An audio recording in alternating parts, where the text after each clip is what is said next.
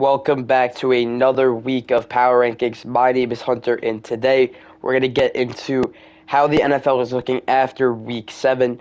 If you guys like these videos, make sure to like and subscribe.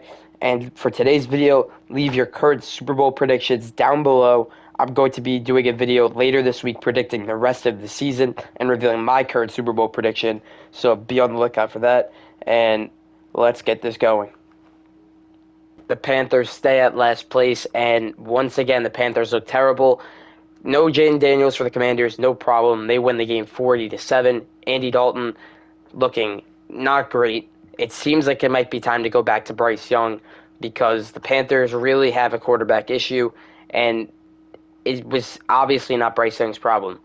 In the game this week, just the defense collapsed for most of the game, and the offense just could not get going. The only player on the offense with over 2 receptions was Jatavion Sanders, which is not great. And Commanders destroy the Panthers, and the Panthers remain at 32. At number 31, I got the New England Patriots, and the Patriots jumped out to an early lead over the Jaguars, but they just let the Jaguars run all over them. Tank Bigsby had a huge day, but I'll get to that in a moment. But Drake May is looking like the guy in New England. It's just more of when this team figures out itself defensively, because defensively it has not looked great since week 1. And that's a huge reason why the Patriots have lost 6 straight games, and now they're 1-6. And the season looking pretty much over for New England. So that's why they're this low at 31. Tennessee looked like they figured it out for one half of football, but then they just gave up in the second half against the Bills. They lose 34-10. Mason Rudolph did not look great. So obviously quarterback issues there. Maybe they'll get Levis back in there next week, but Titans, I thought their defense was going to be a lot better than it is, and they had a half that threw the game for them. They did not play well in that second half, and Tennessee just has to figure it out. So right now they're at 30. The Cleveland Browns are at 29, and Cleveland, they lose to the Bengals 21-14, where things did go wrong for this Cleveland team. They lost Deshaun Watson for the season. He ruptured his Achilles, so they're going to have to figure out what to do at quarterback for the rest of the year. Although that was kind of the talk before this game, so nothing really came out of this game. They played pretty close with the Bengals, which is impressive. And defensively, this team is a solid defensive team, but the Browns are going to be selling at this year's deadline. I expect pieces like Greg Newsome and potentially Myles Garrett to even move. So right now, Browns 29. I once had this team at number 4 in the power rankings. They've fallen all the way down to 28, and it's just because they got absolutely destroyed by the Broncos on Thursday night. Spencer Rattler seems like he's not going to be a great backup. Once they get Carr back, this team is going to be a bit more competitive. But for now, the Saints are spiraling out of control. The Saints, they have the Chargers next week. That could be a game where the Saints do get back on a winning track. But right now, not looking great in New Orleans. They let a subpar Broncos offense walk over them a bit. So issues defensively and offensively. Saints at 28. The Raiders' offense just could not get going once again. Aiden O'Connell got hurt early, but that didn't really change anything because they just went back to Minshew. And the Raiders, their offense is going to need serious work in the next couple of years for this team to be a competitor again.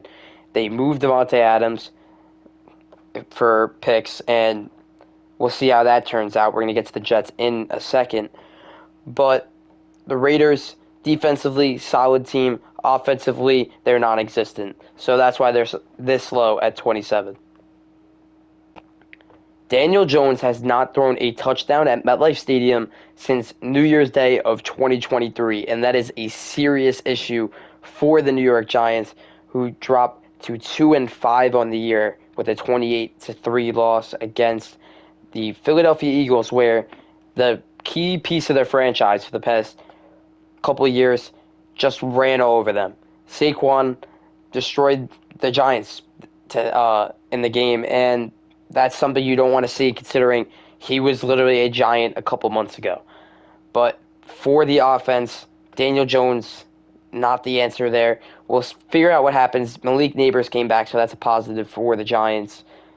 Defensively, this team has the best D tackle in football in Dexter Lawrence and a solid defense, but without an offense, this team isn't going to win many games. So they lose once again. They're at 2-5.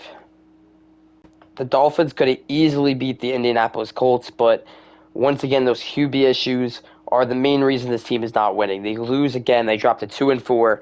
The good news is Tua Tagovailoa seems like he'll be back next week to take on the Arizona Cardinals, which is huge. The Dolphins team is 2-4, and they need their guy back. And they only scored 10 points. They have not scored that much at all this season, and we'll see if that changes. But Dolphins season might be, have a change coming up, but they're at 24 right now. At number 24, I have the New York Jets, who they lose. Once again, they've lost 4 in a row. With Devontae Adams, things have not changed. They got destroyed on Sunday night, where the defense was basically destroyed by Russell Wilson in 2024, and that's crazy to hear because Russell Wilson has not been great for a couple of years now. But the Jets, they offensively are not great, defensively are not great, and I go back to firing the coach. This team is going to be a mess for the rest of the year. They're playing like a group of players. They're a group of talented players, but you have to play like a team to win in the NFL, and that's just not happening in New York. So they stay at 24. I was impressed with the Jaguars' performance in London after they lost the first game in London. They come out and have a resilient performance against the New England Patriots, where Trevor Lawrence got the job done, looked pretty good. Tank Bigsby, though, breakout game from him. He seems like he's going to be the guy in Jacksonville, where ETN was hurt this week and Bigsby had the chance to shine. The offense was catching the ball. Everything was going right for Jacksonville, and I think there is some sort of hope for Jacksonville to get this thing turned around. So they're at 23. The Rams get back in the win column. They move up to 22 in my power rankings this week. And this team has been hurt for a while. This season has been headlined by injuries, but Kupp is going to come back on Thursday night against the Vikings, which is huge. And this is a game that the Rams are going to need to win if they don't want to be a seller at the deadline. If Cooper Kupp wants to be on the LA Rams past 1 or 2 weeks from now. So, big game upcoming for the Rams, but against the Raiders, they got the job done. Defensively, they didn't let much happen, and offensively, just enough to get the win. Kyron Williams continues to play really well. So, the Rams at 22. The LA Chargers are a confusing team. They're going to hang around the middle for most of the season because offensively, they just need wide receiver help. That's their next step to being a good team in the AFC. And this is a year where the Chargers can definitely make the postseason. Defensively, they finally have a defense under Harbaugh. And these are games that they have to win. They lost to the Cardinals on Monday night on a game winner, but the Chargers didn't score a touchdown the entire game, and that's going to be an issue. So to get Justin Herbert receiver help, he threw for over 300 yards without much help from his receivers. So get Justin Herbert help. They'll be a winning team, but right now they're at 21. The Dallas Cowboys were on bye this week, but I moved them down a bit because of some wins around the area of this power rankings. And it's going to be interesting to see what happens with Dallas this upcoming week. They play the 49ers. These are two teams that haven't looked that great. And this is Dallas's big chance to get a big win and get back into the NFC playoff race that another loss and they're going to start to fall out of. This bye week, I hope it helped their team, and they're going to need it. So they're at number 20 right now. The Denver Broncos are currently in a playoff spot. They're the 7th seed in the AFC. I have them at 19 in my power rankings right now. and they got the job done against a Saints team that has not looked great in a couple weeks now. They get the job done defensively, got a couple key turnovers, had a pick six from Barton, and the Broncos are playing great football for what was thought of them. I didn't think the Broncos were going to be much this season, and they have as many wins as I might have thought they had preseason. Um, they have the Panthers upcoming this week, a huge chance to get to 5-3, and halfway through the season, if you're 5-3, that's on track to make the postseason. So the Broncos getting it done, I have them at 19. The Cardinals get it done, and after a couple weeks where they allowed a lot of points, the defense steps up and in a huge way for the Cardinals to get their third win of the season. They are now 3-4, and big games upcoming for the Cardinals. They have the Dolphins in Week 8, and then they play the Bears in Week 9. So big games upcoming for them. And this Cardinals team has the talent on offense to get in the playoffs. It's about, can their defense get the job done? And they did this week, and hopefully for weeks to come. So they're at 18 right now. In the Super Bowl rematch, the Niners do not get their revenge. They lose to the Kansas City Chiefs, and they are an injured football team right now. Similar to their division mates in the NFC West, the Rams, their receivers, they have Jawan Jennings dealing with a hip injury. They have Ayuk, he is done for the year. Deebo Samuel is currently in the hospital with pneumonia, so I hope Deebo gets better. And so this team is going to need receiver help, as well as they have CMC out right now, and who knows when he's going to come back. And this Niners team has looked a lot less scary than they have been. So the Niners are going to need to get healthy and need to possibly make a couple moves at the deadline if this team wants to get back to the playoffs, because right now it is not looking likely. So I had them at 17 this week. They fell down 6. Indy's defense steps it up. They get the 16-10 win over the Miami Dolphins. And the Colts team is 4-3 right now. They are the 6th seed in the AFC, which is shocking to me. I did not believe that this team was going to be as solid as they are. They've looked very shaky, but seems like once they get Taylor back, this team is going to be a threat for a playoff spot down the stretch. But they have a bunch of difficult games coming up. They have this week, they're taking on the Texans in a divisional game. And then after that, they have teams like the Jets, the Bills, and much other tough teams to play on their schedule. So the Colts entering a big stretch. If they get a couple wins here, I'm confident this Colts team will get into the playoffs. So right now they're at 16.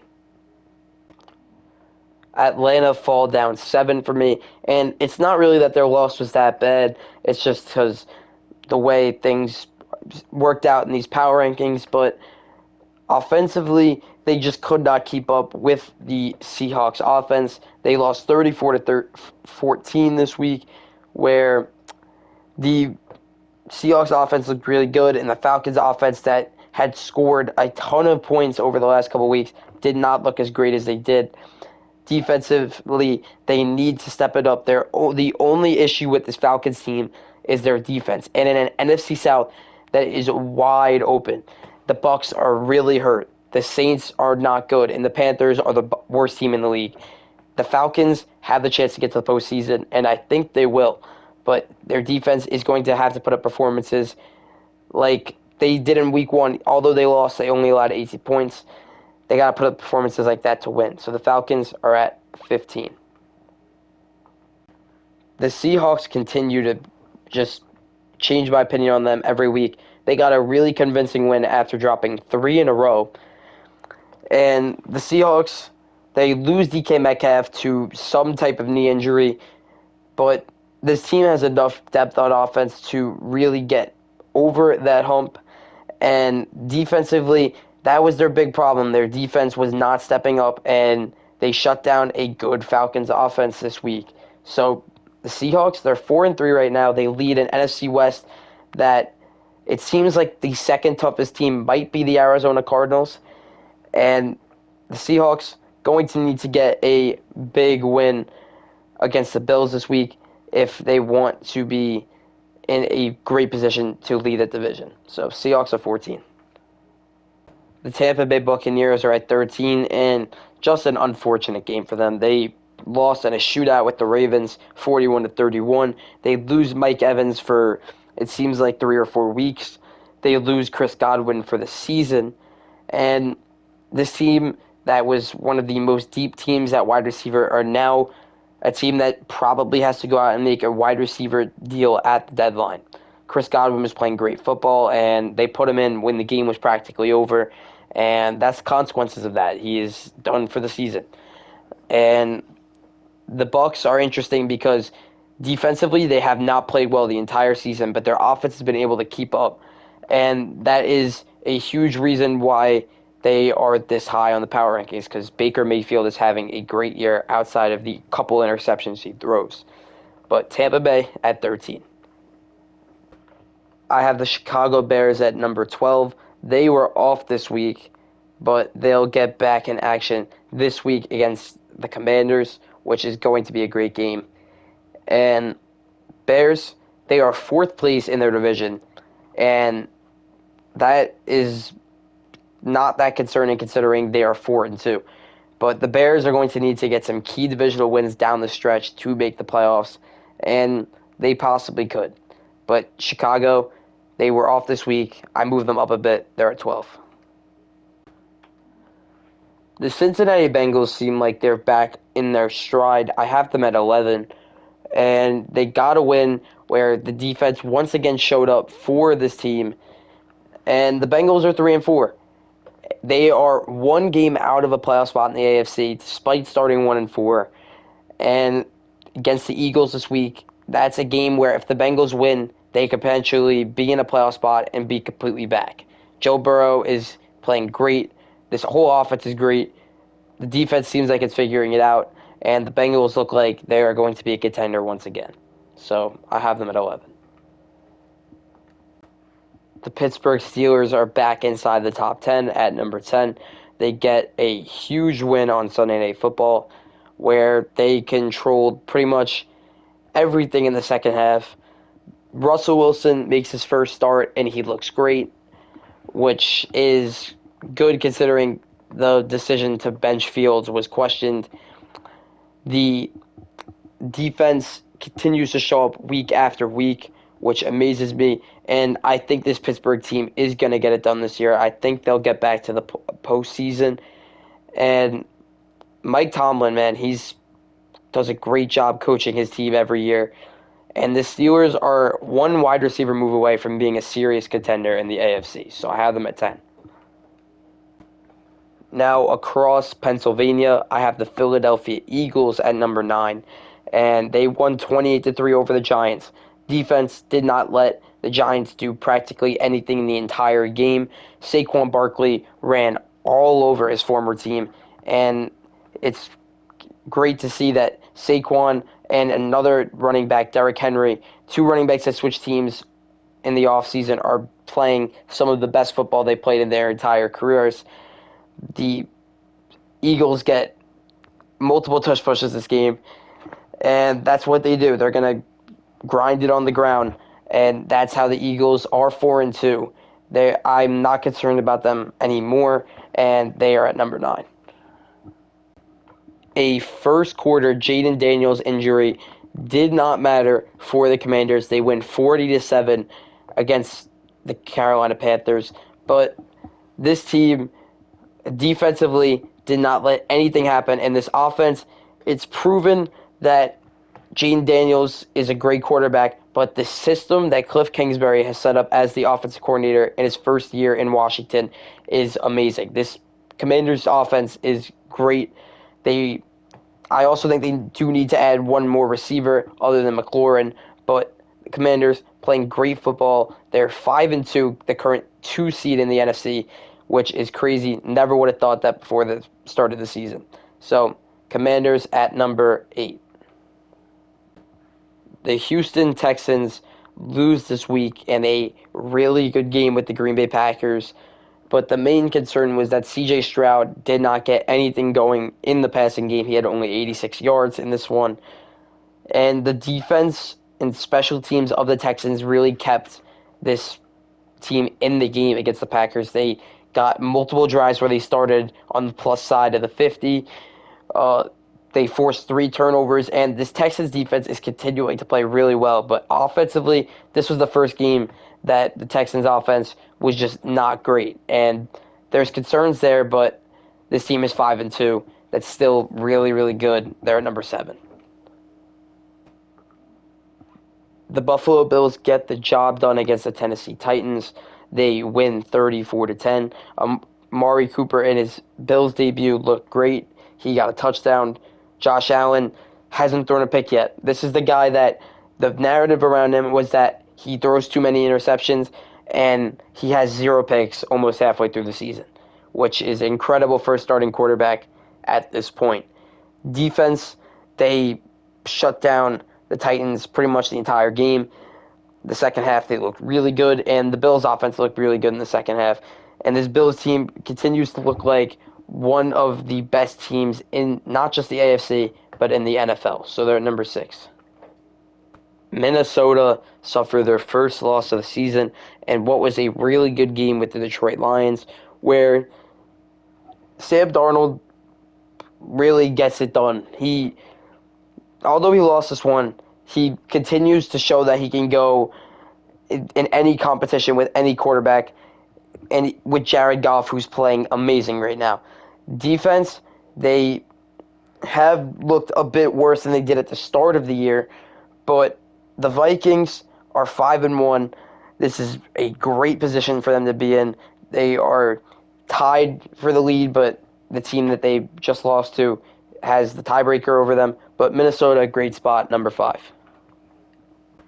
The Packers get a big win over the Houston Texans, where Jordan Love was not at his best. He threw another 2 picks. Jordan Love leads the league in interceptions, although he missed 2 games, but he also is tied for the lead in passing touchdowns. So he is showing that Brett Favre comparison of he'll just throw it anywhere, and it's either going to be a big gain or an interception. Defense, they shut down C.J. Stroud to 86 yards, which is huge. And it's just this Packers team was missing one thing, and that was a kicker. And they get the game-winning field goal in Brandon McManus' first game with the team. So Green Bay looking really, really good in a tough NFC North, and they're number 4.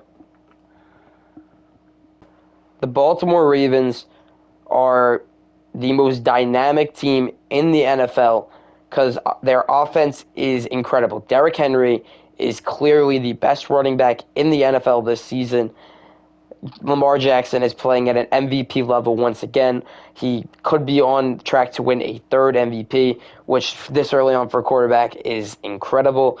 The defense, they didn't have to play that great in this one, but they got a few key turnovers that led to winning the game. And Baltimore, this team started 0-2. They've won 5 in a row. Baltimore is playing some of the best football in the entire NFL, and that's thanks to that pair of Lamar Jackson and Derrick Henry. So they're at number 3 right now, but I expect them to move even higher the way they're playing. The Chiefs moved down 1 this week. They're no longer my number 1 team, and it's just because I'm not convinced at what this offense is doing. Patrick Mahomes has more interceptions than touchdowns, and this is easily Mahomes' worst year of his career, and this team is 6-0. I don't know how, but they continue to win games. And it was all one possession at the beginning of the year, but now they are beginning to win games by multiple possessions, and it's because of that defense that they go under the radar because it was the offense during the first 3 Super Bowls for this Kansas City dynasty. The defense goes under the radar, and now they're really shining. And Kansas City, 6-0, only undefeated team left, but I no longer have them at 1. And that is because I have the Detroit Lions at number 1. They lost Aiden Hutchinson in Dallas, and it seemed like it ignited a fire in this team. They get a huge win over the Minnesota Vikings, a team that was undefeated going into their matchup. The Lions lead the best division in football, the NFC North. Jared Goff has played the best football of his career. He's a contender for MVP. The rushing attack is great. The wide receivers are great. The defense could step it up at big moments, and the Detroit Lions are ultimately the most well-rounded team in the NFL. But that's going to do it for this week's Power Rankings. Make sure to comment your Super Bowl predictions down below. I'll be reacting to all of them, and I will see you guys after Week 8 for the Power Rankings.